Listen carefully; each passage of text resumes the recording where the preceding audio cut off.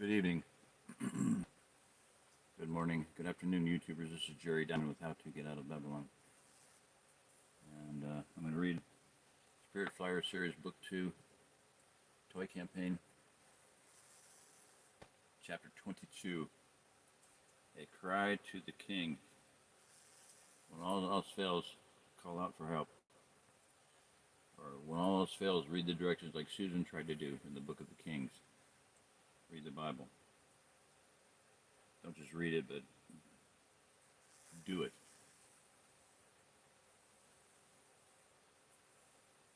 Remember St. Francis said, at all times preach the gospel, and if necessary, use words. In other words, your life is the gospel. What people see in your life is what they perceive to be truth. If you're a phony, if you're a hypocrite, if you're a liar, if you're a thief, you're probably not going to lead anybody to Christ or influence anybody. I'll never forget one thing. We moved into a community where there's a whole lot of Mormons, and the owner of the steel plant, 2 or 3 times, I know 2 at least, he'd be talking to me and he goes, Jerry, he said, my whole life, I thought the only good people in the world were our people, meaning Latter-day Saints, Mormons. And then I met your family. And he was so impressed with my children that he made that statement. So that says something about not only how I reared my children, how we reared our children, but, just about my family as a whole. So that was a pretty impressive statement. Okay. Be the message. You are the message that people are going to read. A cry to the kings. The moment John was sucked into the darkness of the black window, he felt the heavy pull of the chain dragging him deeper and deeper. Not again, John moaned, remembering the first time he had disappeared after putting the gear lever on the Spirit Flyer in the wrong way. As if returning to a bad dream, he passed through the same darkness. From his past journeys, the boy knew he was traveling inside the deeper world, yet looking out at the regular world. Even though he was moving backwards, he sensed that he was traveling into the future. John looked over his shoulder and saw the town of Centerville approaching in the distance. Even though it was bright daylight, when his backward ride began, he could see fireworks exploding in the darkness. And just beyond the bursting skyrockets on the edge of town, a gigantic snake reared high into the sky like a writhing tornado. Through the darkness, the boy saw the gleaming red eyes of the serpent. As John approached, the huge red eyes turned toward him and the tiny bicycle. The snake opened its mighty jaws. John stepped back on the brake, but the Spirit Flyer was dragged faster. That's when John noticed a chain on himself. It was wrapped around his neck and stretched out behind him into the sky, straight into the mouth of the serpent. The snake was pulling him in, link by link. Hope that old man put the tractor beam out of commission, or it's going to be a really short trip. Star Wars. Anyway, he was being tractored in. The bicycle was dragged backwards, deeper and deeper. John yanked his hands free from the handlebars and grabbed the chain. The grandfather told him never let go of the handlebars. Well, now he can let go of them. He did. And grabbed the chain so he could throw it off. But the pull of the chain was stronger than he ever imagined. As soon as he grabbed it, he was yanked right off the old bicycle. And as soon as he left the seat, the Spirit Flyer began to fade away. John felt a cold panic in his stomach as he saw the old red bicycle get dimmer and dimmer until it looked like a ghost of a bicycle. I have to make it stop, he said, flexing all the might in his 11-year-old arms. But the force of the chain only grew stronger and stronger. The mouth of the snake grew larger as he was pulled toward it, and the closer he got, the more the Spirit Flyer just seemed to fade away until nothing was left of the old red bicycle. Oh, man. That gets me a tick on me. And no lighter around. But we have a fork to smash it with. When all those fellows just tear their legs off.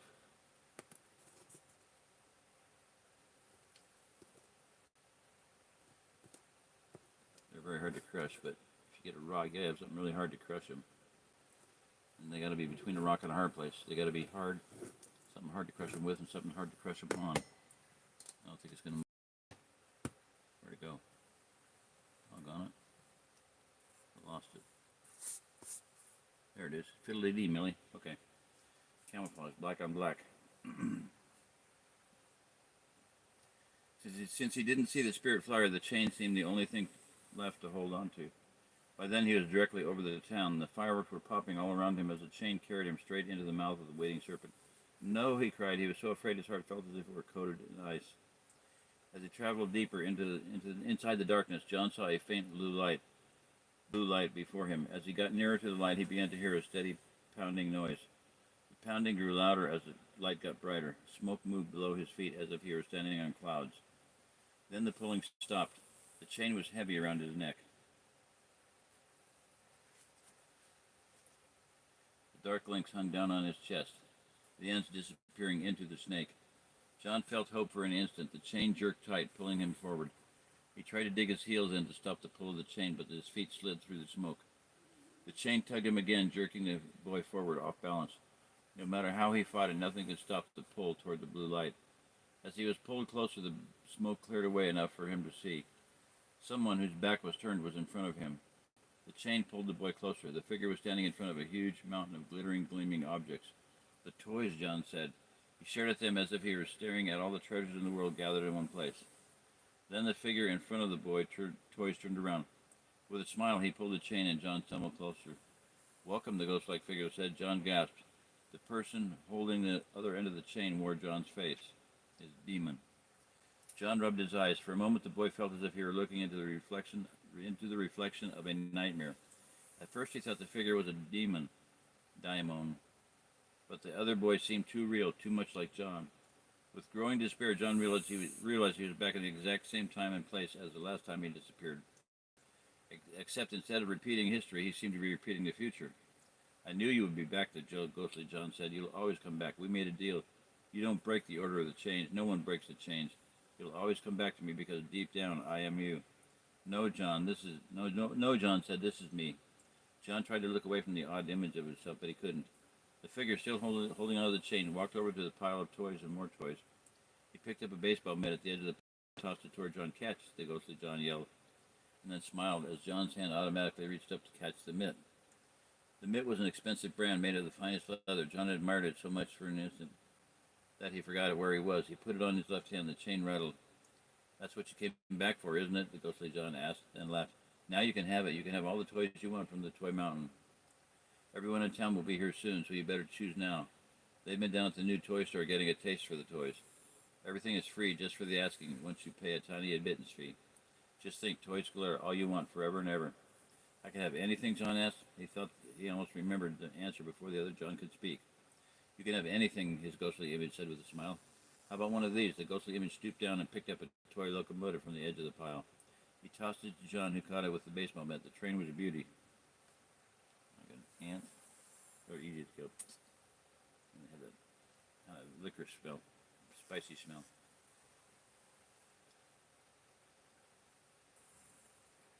The train was a beauty. You can get the rest of the train in a little while, the ghostly John said. Now we have visitors. John looked behind him. Through the smoky darkness, he saw them coming one by one. The children of Centerville were in a long, long line that disappeared into the darkness. Barry and the other members of the Cobra Club were the first in line. Each boy wore a large, loose chain that was locked around his neck, and all of these chains were connected from child to child. The children's eyes were closed as if they were walking in their sleep. Even so, a smile spread across their faces as they got close to the piles of toys, as if they could smell them. The blind leading the blind, the ghostly John said cheerily as he looked down at the children. Then he smiled at John. And you're the blindest of all. You tried to break the order of the chains, but the chains aren't broken. They are being forged together. You'll never escape their power. You belong to me here. There is only one kingdom in all the worlds, and it belongs to treason. I belong to the kingdom of the three kings, John said weakly. Silence, his image shouted. The boy shuddered, rattling the chain. Look at the chain and where you are. You pulled yourself from your world into ours. This is where you really live, deep down, isn't it? Right here at the foot of Toy Mountain. I told you that you would return. You never really left, not since you put on the gear lever. And now you will bow to me here forever. No one escapes. After all, you made the deal. What if I change my mind? John asked, and then he looked at all the toys just waiting in a heap. The boy's heart trembled at the thought of actually owning such a mountain of treasure. You're still going nowhere, the ghostly John said with a quiet satisfaction, seeing the boy's grief. He laughed. In fact, you give out the toys to the others. I'm tired. You are me, and I command you to do it. Give away the toys one by one. Behind him, the sleepwalking children came closer and closer. They murmured as their hands lifted up to receive the toys. I won't, John said. I won't do any of this. I'm going home. The reflection yanked the chain hard. John flew forward, tripping over the toys. He fell at the feet of his image. The ghost sneered at him. He yanked the chain once more. You are home, boy, the ghost said with a wicked smile. Don't you get it? See how comfortable and familiar the chain feels? I don't like this, John said. He struggled to his feet. The training baseball mitt had fallen out of his hands. We can always make it even better, Dale, you and I, the reflection said soothingly. You can always cooperate with the chain, and it won't seem so hard. In fact, you'll soon think of it as a golden necklace. There's great power in the chain if you would only see it. Once you use it a little, you'll want to use it a lot, and the power grows. The image of John left. You must remember one thing. The chain is long and impossible to see unless we will it so. I can pull you back here any time, even if I let you go. I warned you the first time with the gear lever and all the other times, but you didn't listen. So if you don't cooperate this time, what, John demanded, what will happen? You'll be back here in an instant, the ghost said. I've told you before that you would be back, didn't I? Yes, John admitted to himself. I am you. Nothing has changed, the other John said. He gave the chain a tug, and John trembled under the dark pull. You are never free from the chain. I will always be here at the other end. When I pull, you will obey me. You only thought you were free. But I am free, John blurted out. The king prince broke the locks. I know he did. The lock is gone. Then why are you here? The other John asked, shaking his head. You must not have been good enough for them. They only want the best. They would never want a weakling like you, could they? They could never want a weakling like you, could they? Where is your silly toy bicycle now? See, you gave up on them, so they gave up on you. I guess you just weren't good enough for them in the first place. But they're impossible to please anyway. The ghost roared in laughter. He pulled the chain so tight that John fell at his feet. Now it's your turn, the devil whispered. Then out of nowhere, an old woman walked down the pile of toys. She was smiling as she came to greet the children. In her left hand was a tablet of papers. In her right hand was a long, shiny needle. It was Mrs. Happy, just as John had remembered her from the first time. He looked at the needle in her hand and tried to run away, but the ghostly John yanked the chain tight.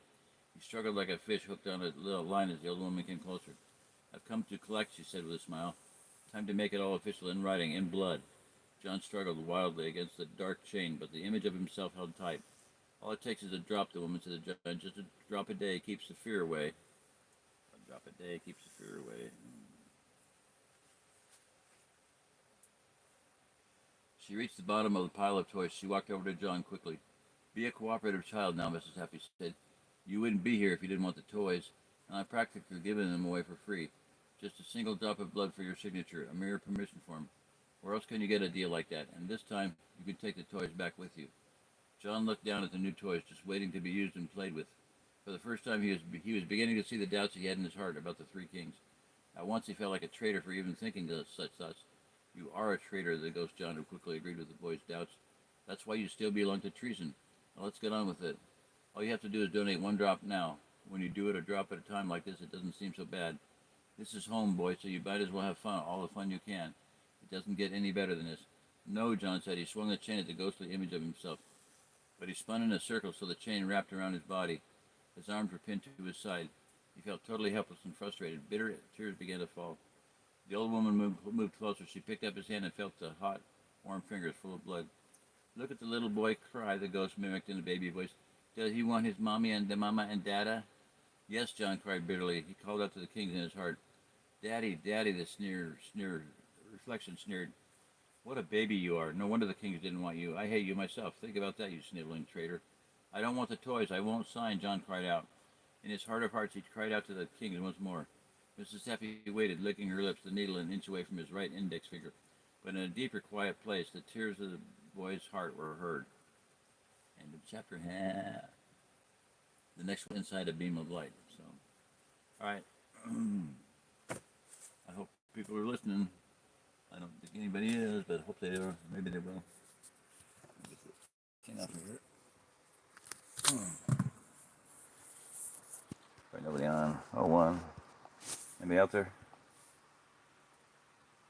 Yeah, stupid people.